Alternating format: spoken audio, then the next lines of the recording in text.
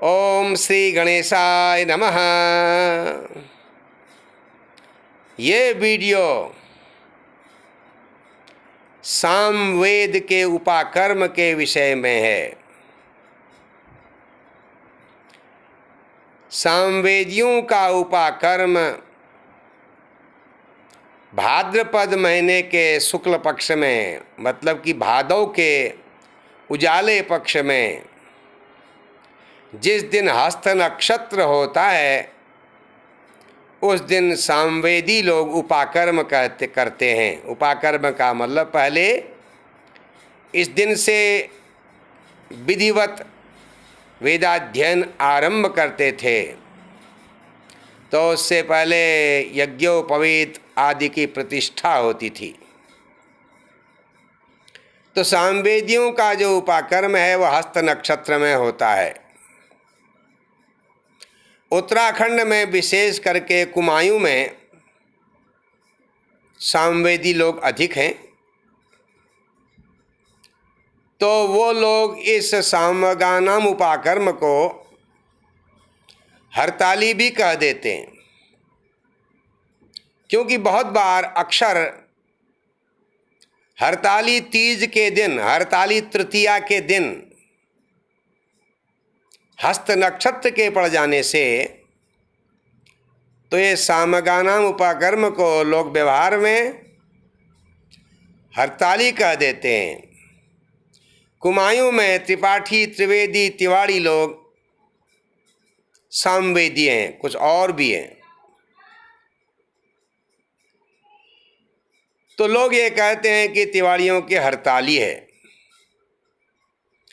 वास्तव असली बात तो यह है कि हरताली जो है वह हस्त तृतीया के होने से हरताली नाम हो गया है। अन्यथा हरताली तीज एक व्रत है जिसे कुमारी कन्याएं करती हैं और सौभाग्यवती विवाहित स्त्रियां भी करती हैं।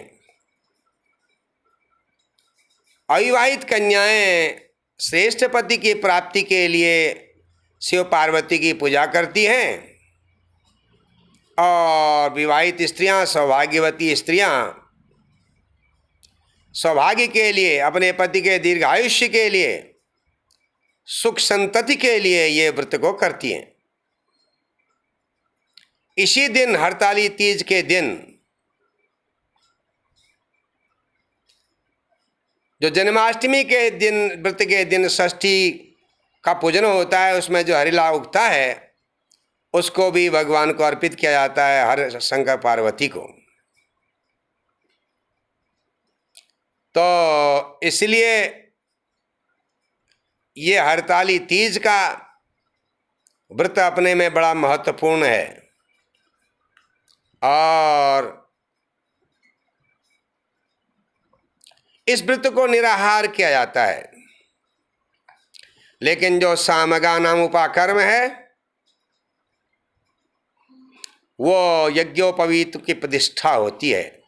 जो यज्ञोपवीत पूरे वर्ष के लिए बनाए जाते हैं उनकी प्रतिष्ठा करते हैं। रक्षाबंधन भी होता है। प्रातः काल जो है अपना नित्य कर्म करने के बाद, संध्या वंदन करने के बाद, मध्याह्न काल में सरोवर, तड़ाग, बावड़ियों के पास जाकर के या नदियों के पास जाकर के सामवेदी लोग कुशा, गोबर, शुद्ध मिट्टी, मृत्तिका, जौ, तिल, अक्षत, चंदन आदि लेकर के, पुष्प आदि लेकर के तीर्थ का, उस नदी का तीर्थ समझते हुए उसका वंदन करते हैं और वहाँ पर मध्याह्न स्नान होता है। सामवेदियों के उपाकर्म में हस्त नक्षत्र मध्याह्न काल में होना चाहिए। इसलिए इस बार ये सामगानाम उपाकर्म 16 तारीख को होगा। उदय काल में तो प्रतिपदा होगी और मध्याह्न में द्वितीया है और हस्त नक्षत्र है। अगले दिन भी हस्त नक्षत्र है, लेकिन अगले दिन संक्रांति होने की वजह से उपाकर्म का कार्य संपन्न शास्त्र के अनुसार नहीं होता। तो इसलिए ये 16 तारीख को मनाई जाएगी इस बार ये तिथि, ये व्रत पर्व। इसमें मध्याह्न स्नान करने के बाद फिर देवताओं का पूजन होता है। पहले समय में उपस्थान होता था साम गान के द्वारा, साम मंत्रों के द्वारा। अब धीरे धीरे ये कम हो गया है। अब सीधे गणेश पूजा, मातृ पूजा और पुण्यावाचन, कलश स्थापन और रक्षा विधान करके उसी समय यज्ञोपवीतों की प्रतिष्ठा होती है। उसके बाद एक बड़े ताम्र पात्र में कुशा के ऋषि बनाए जाते हैं। सप्तऋषि अरुंधति, गोविलाचार्य आदि सहित इनका पूजन और तर्पण होता है। इसे ऋषि तर्पण कहते हैं। इसी के साथ साथ यहाँ पर पितृ तर्पण भी होता है। इसके उपरांत यज्ञोपवीत आचार्य को दान किया जाता है। तब इसको फिर दक्षिणा के साथ दान करने के बाद स्वयं उसी मंडप में यज्ञोपवीत धारण किया जाता है और रक्षाबंधन ब्राह्मण के द्वारा होता है, कुल पुरोहितों के द्वारा होता है, पूजनीय। पहले हवन आदि भी होता था, लेकिन अब समय में परिवर्तन आ गया है। आजकल की परिस्थितियों में अब तो उपाकरण बड़ा कठिन होता जा रहा है।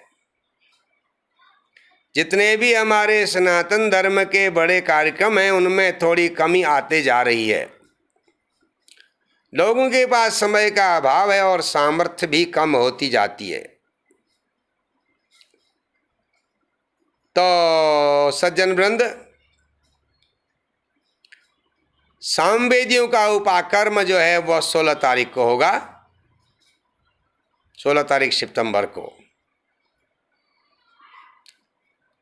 आप सभी लोगों को और विशेषकर सामवेदियों को इस पर्व की हार्दिक शुभकामनाएं। हर हर महादेव।